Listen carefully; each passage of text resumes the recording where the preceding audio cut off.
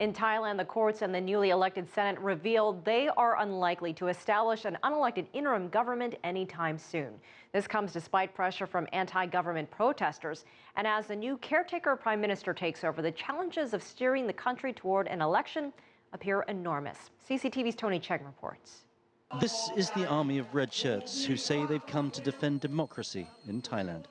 Tens of thousands camped out on the very fringes of Bangkok.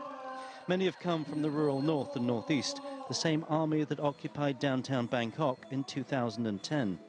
But unlike 4 years ago, they say they'll stay put on the edge of the city unless an unelected government and prime minister is put in place. We will not tolerate anymore. We will fight back. Strong words, but the red shirts have tried to avoid conflict so far. They know that serious civil unrest will lead to the intervention of the army. That has given the anti-government protesters the confidence to take over parts of Government House. Once the seat of government, it's now used by protest leaders to call for the caretaker government to be dismissed. And an inability to act against the protesters has forced the government out of the city. While the anti-government protesters now appear to enter and leave Government House at will, the real caretaker government is stuck here behind barbed wire on the outskirts of Bangkok. And it's from here that the new caretaker prime minister is trying to establish the smooth transition of elections in early July and re-establish the legitimacy of his government.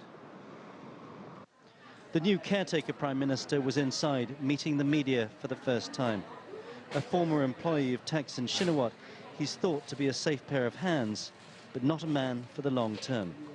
Nonetheless, he's confident he can steer Thailand towards a general election. Well, they have talked, and they know why it didn't work last time. And now, this time, then they have to fill in whatever left out that make it a failure. But in Thailand's upside-down world, it was the protest leader, not the new prime minister, who was invited to meet the Senate. Mr. Suthep appears to have friends in the newly elected upper house.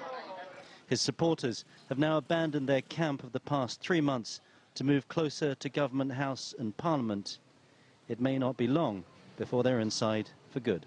Tony Cheng, CCTV, Bangkok.